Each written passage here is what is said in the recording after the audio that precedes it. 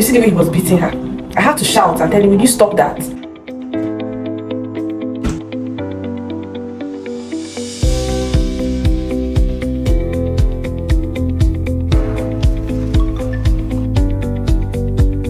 When you are the one that speaks up, people look at you like you're crazy.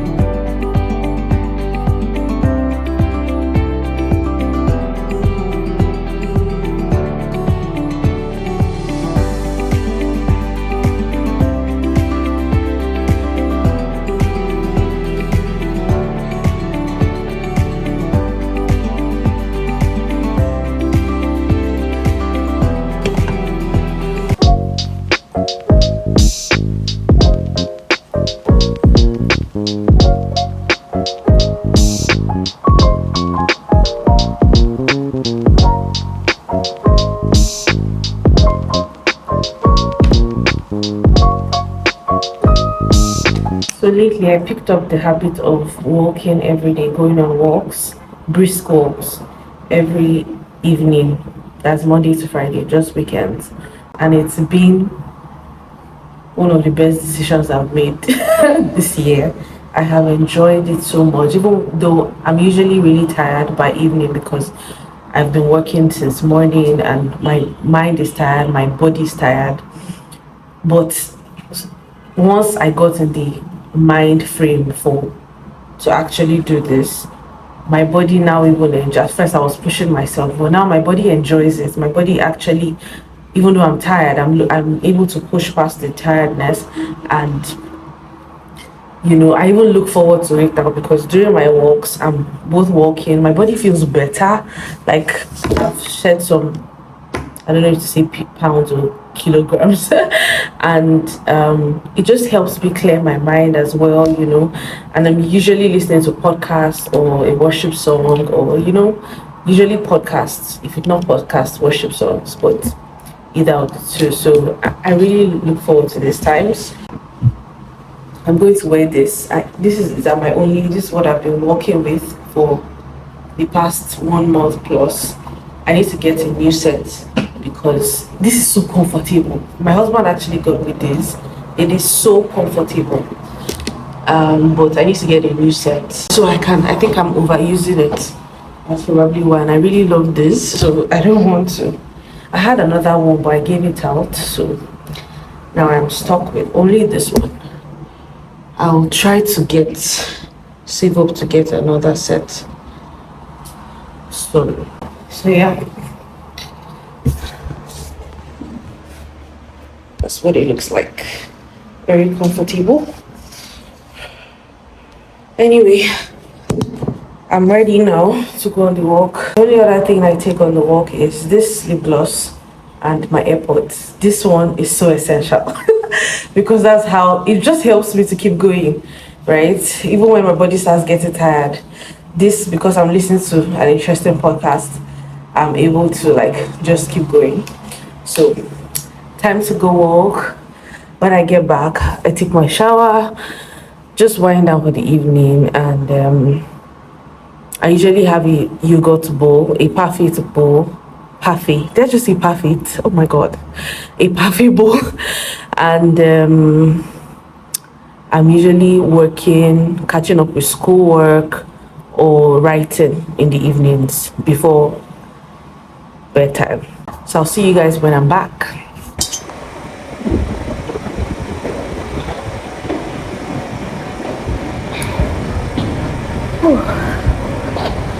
Yo guys, I'm back from my walk. I'm almost in my apartment, and two very interesting things happened that I want to just to guys about. But let me get in. I'm not sweating much, but this is 6,570 something steps. I know the ideal recommended number is 10,000 steps, but that's not easy. But I walk like 6,000 and something steps every day, 5 days a week. So, and that has been working for me, right? It's from not walking at all every day to walking 6,000 and something steps every day in the evening, minus the steps I take during the day. I think that's a good thing. That's it.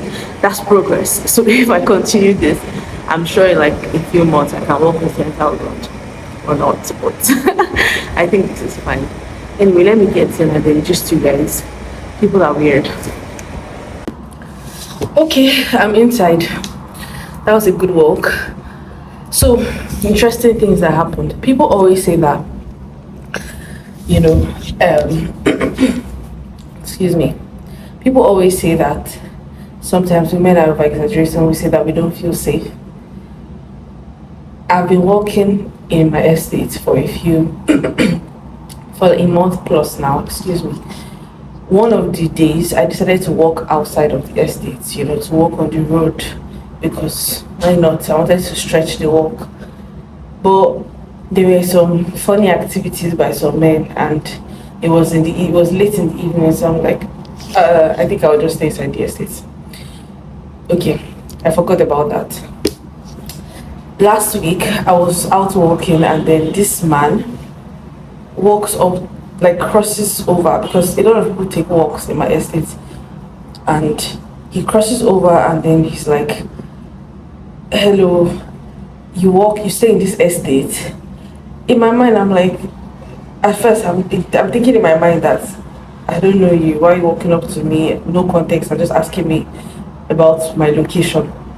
But I'm like, yeah, what can I do for you, or whatever.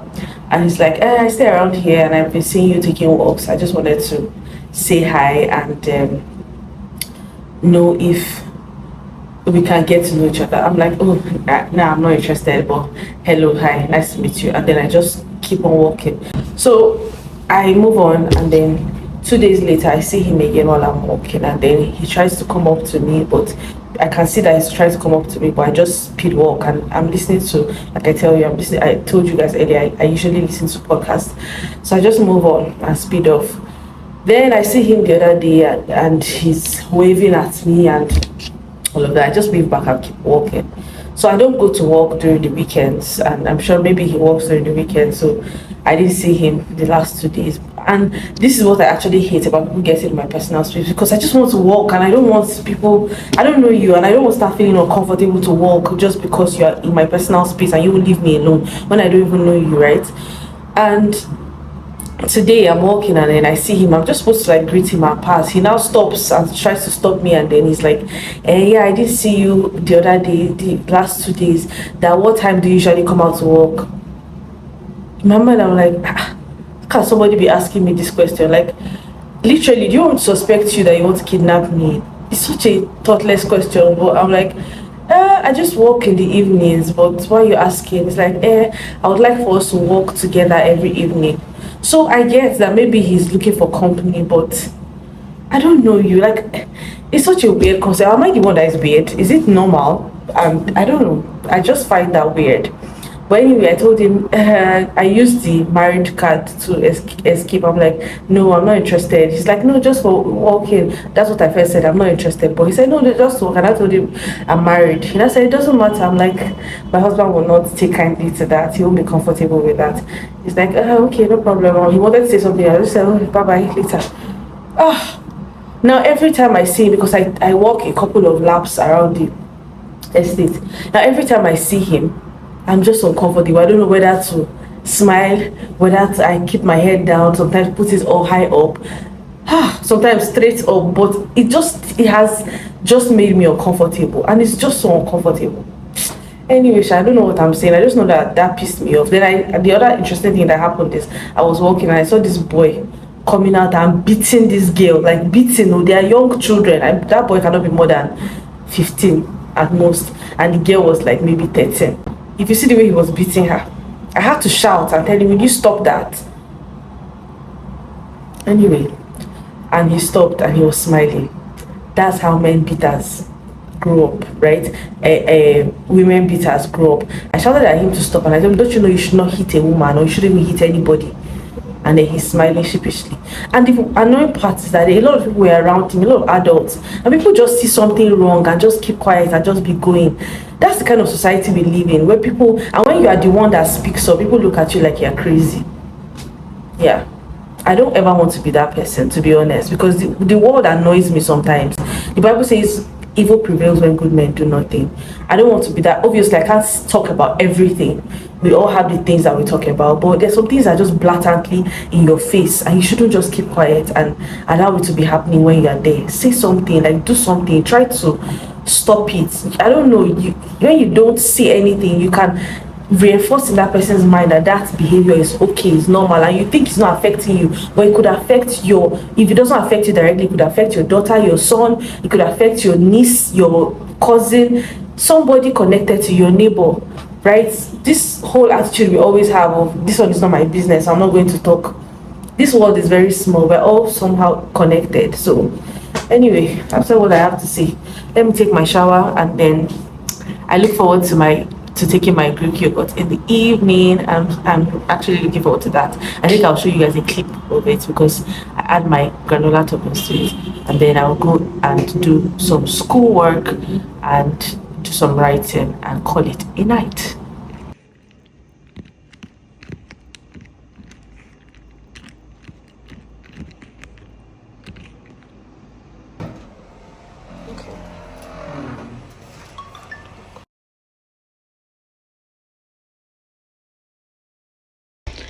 So they finally brought my wedding frames after almost a year. The wedding wall frames, almost 1 year. I got married August.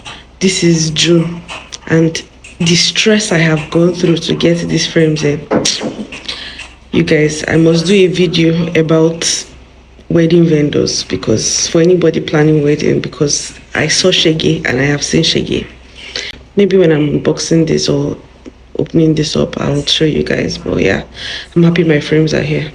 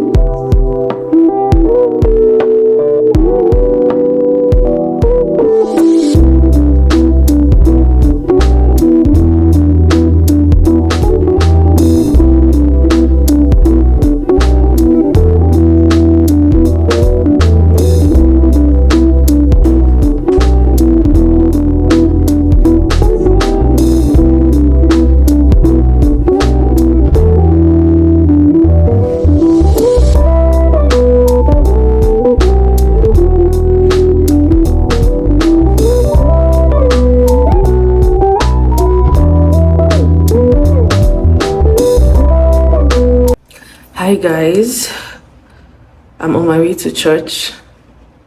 I'm just trying to put finishing touches to my makeup.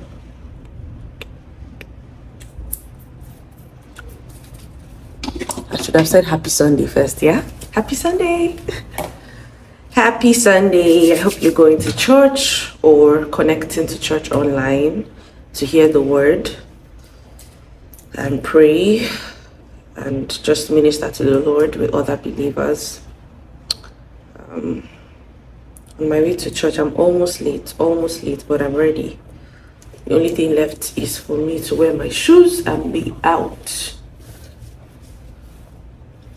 How do I look? I can't show you guys my full fit like this, but I'll try to do a video when I'm in church. And verse 63, Jesus declared it expressly that the Spirit gives life, the flesh profits nothing. The word that I speak to you, they are spirit and they are life. Verse 18 and verse 21, it says, death and life on the power of the tongue. That's how powerful this is. Death and life on the power of the tongue. And you eat the fruits if you love it, you know. So if you cannot be very lackluster or pedestrian about the words of your mouth, and yet you want to enjoy the life of the tongue. The trigger for the flow of life is what? Jesus said, the word that speaks to you, they are spirit and they are life. That John 6:63, if you put it side by side with Proverbs 18 and verse 21, death and life in the power of the tongue. The tongue is very important. The word and the speak. Yes, there are sicknesses happening around people right now. And if only you change your words, you will recover faster. There are people who will escape surgery just by speaking the right words. You can escape danger just by speaking the right words. You know, Peter was saying in the first service that one of the things we've got to see as a church is not just that believers are, trudging out to the break up or have to be laid on them. It's that you can access healing on your own. On your own. The closer we are to the life of God, the closer we are, to the life of Christ, the closer we are to God's original intention.